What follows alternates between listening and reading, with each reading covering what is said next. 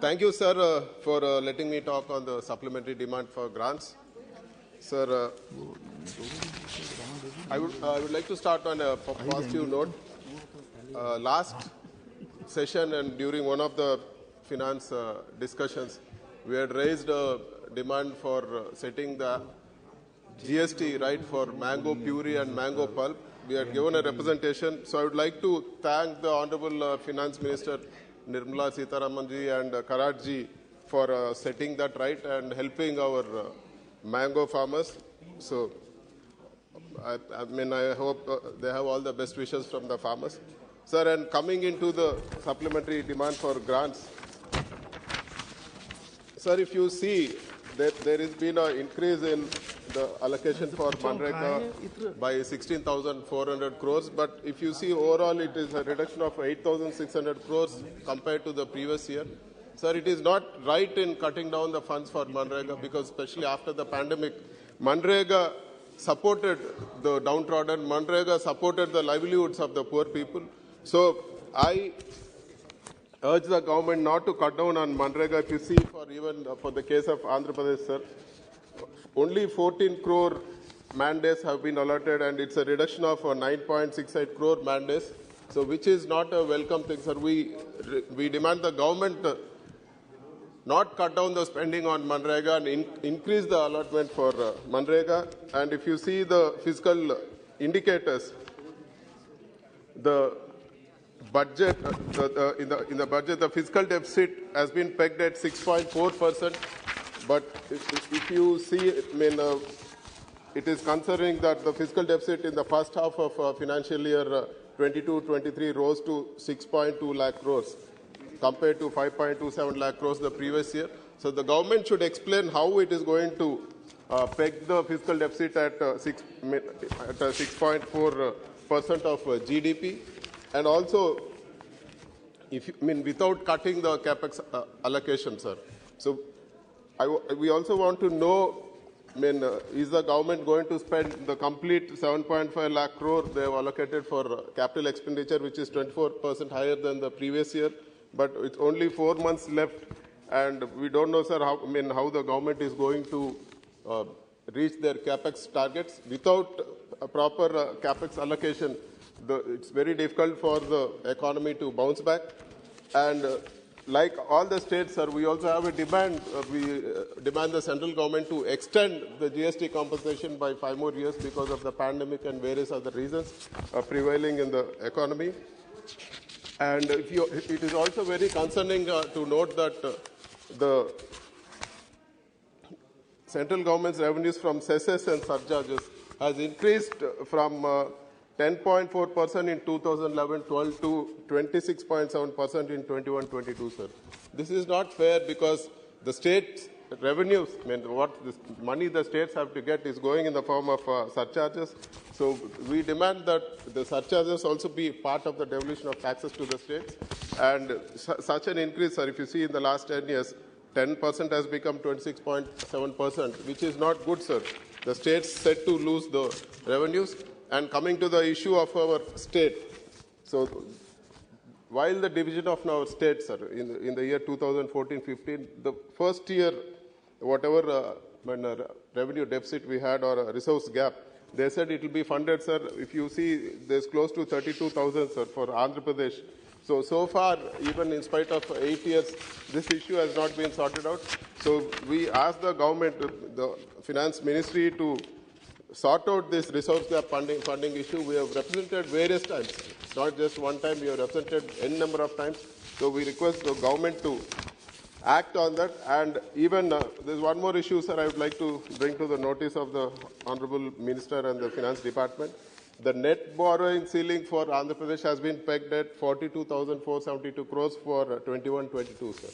But because of the overborrowing of the previous government, when BJP and TDP were in power in our state, they had overborrowed 17,923 crores during the 14th Finance Commission time, sir.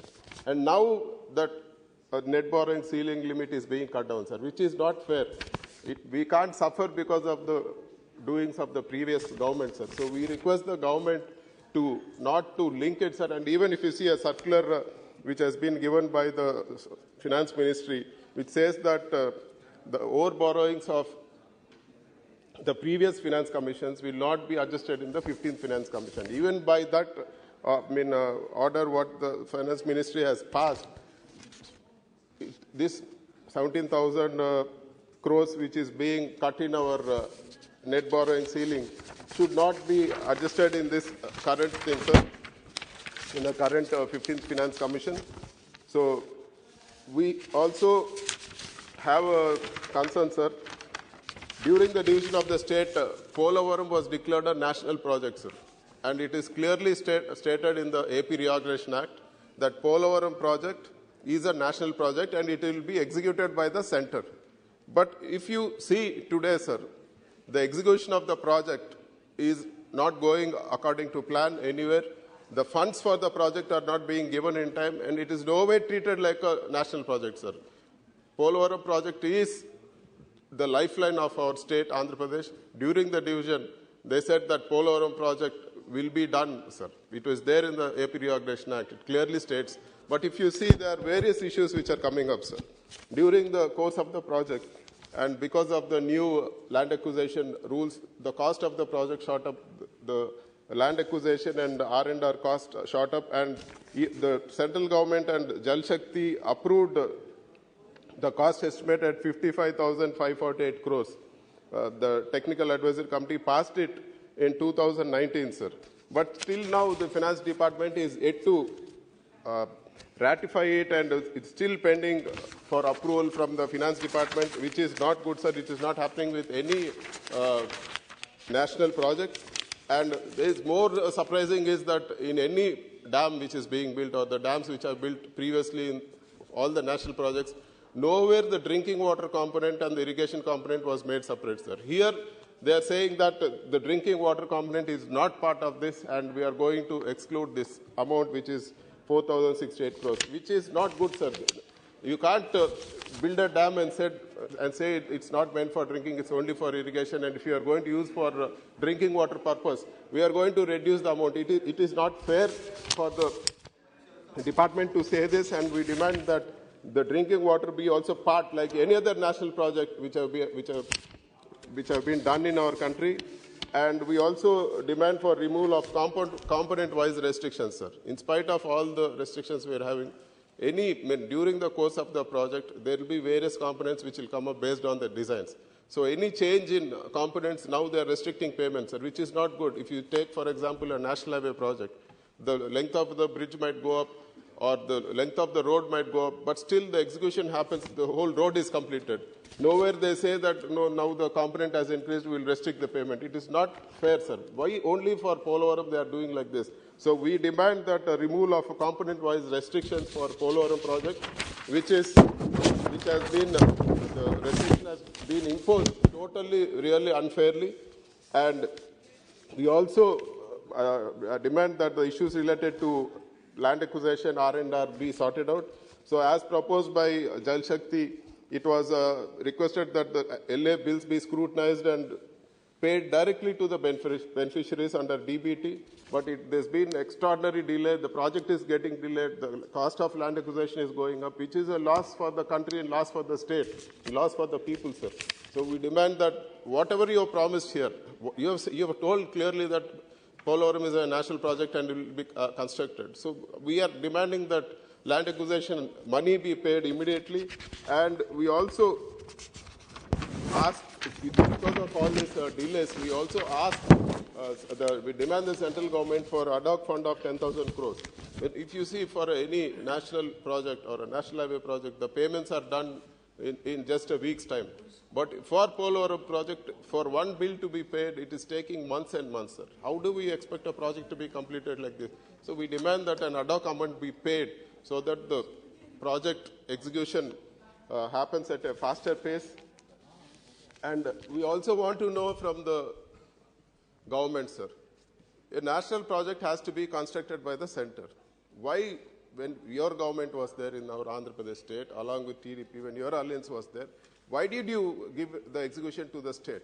And why are you imposing all these conditions? So people should know why a national project has been mishandled so badly, and why the execution was given to the state, and why the people should suffer because of this.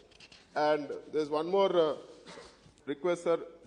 After the division, based on the direction of central government, that is Power System Operation Corporation Limited, so we have supplied power to Telangana, sir, based on the central government thing. The dues are yet to be paid. There's almost 6,800 crores. We request the central government to step in and get our dues collected. And if you see the National Food Security Act, sir, there's almost 60% of the population covered in National Food Security Act. And in with respect to Andhra Pradesh, the number of persons covered under NFCA is 2.68 crores, which is 60% population of Andhra Pradesh. But the Act clearly states that 75% of the rural population and 50% of the urban population is eligible for National Food Security Act. But in Andhra Pradesh, it is restricted to 60% for rural, and it is restricted to 40% for urban, 41% for urban.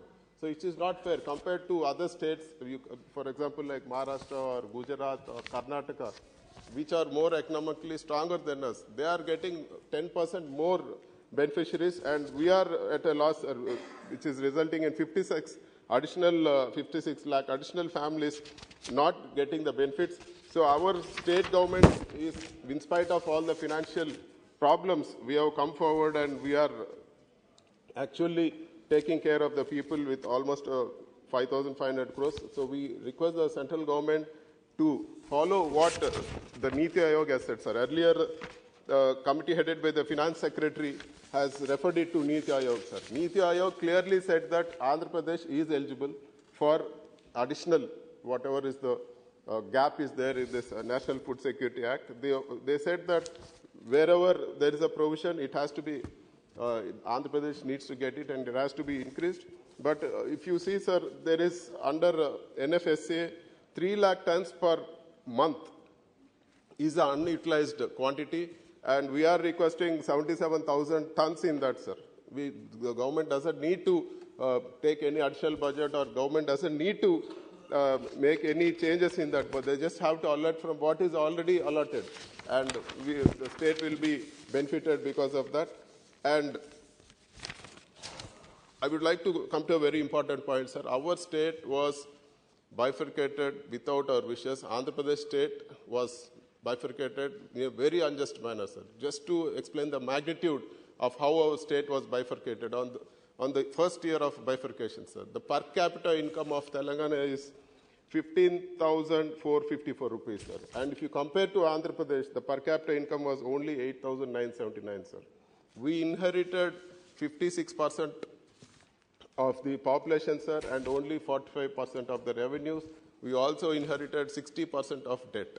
And in these circumstances, it was promised on the floor of this House by the Prime Minister that special category status will be given. It has been 8 years, sir. It was passed in the cabinet. And I will tell you, sir, for the record, we are more than 20 MPs in the Lok Sabha, sir. We have raised this issue more than 100 times, sir. In various formats, we have raised more than 100 times. But the government is yet to come back on the thing, sir. We demand special category status, sir. It is the right of the people of Andhra Pradesh. So it is a very important issue, sir. And we also want to bring to the notice of the government, sir, we have 26 districts, and we only have 14 medical colleges. In that, only 3 are funded by the center, sir. We are seeing in the news, we are seeing everywhere, our students are going to Philippines, our students are going to Ukraine, they are spending lakhs and lakhs of money, sir. So we demand from the government, we request the government to consider setting up of another 12 additional government colleges for the districts where we don't have government medical colleges. We are a new state, we don't have tier 1 cities, we don't have proper hospitals. So setting up these medical colleges will definitely improve our state. And if you see, sir, I would like to bring to the notice of the Karadji and even Nirmala Sitharamanji, sir. The amount what the students, if you take amount spent by the students abroad for 5 batches, you will get the cost of 1 new medical college, sir. It makes sense, sir. Why should our students go and spend money abroad when we have the facilities, when we can set up medical colleges here, and when we can recover the money in 5 to 6 years? So we request the government to help setting up new medical colleges. And also, sir, a very important thing I would like to bring to the notice of the minister, sir. So, Andhra Pradesh, under the leadership of our Honorable young CM, Y.S. Jagannath Reddy, we are setting up the biggest integrated renewable energy pump storage in the world, sir, with 4,800 megawatts, sir. There is a capacity for 30,000 megawatts more, sir. With just 1 year of import, the value of the money which we import coal, sir, we can finish all these projects, sir, and we don't need to import coal, sir. The Honorable Minister is here, so I would like to bring to our notice also, sir. I would like to tell this again, sir. Like, AP has developed the biggest, it's in the process of developing the biggest renewable integrated pump storage with 4,800 megawatts, sir. And there is capacity, sir, for 30,000 megawatt more, sir. Okay.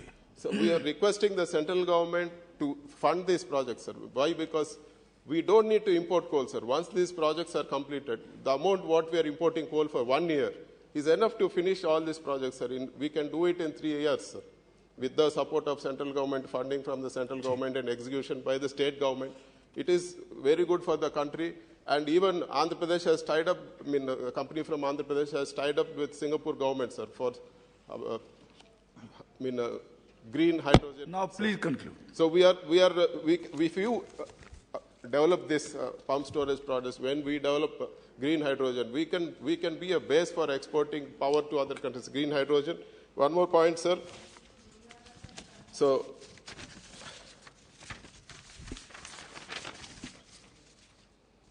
and one request I have for the Honorable Minister, sir. I request the Honorable Minister to visit Andhra Pradesh Raitu Bharosa Kendras, sir. It's one of its kind in the country, sir. In a Raitu Bharosa Kendra, there are all the services for farmers, sir.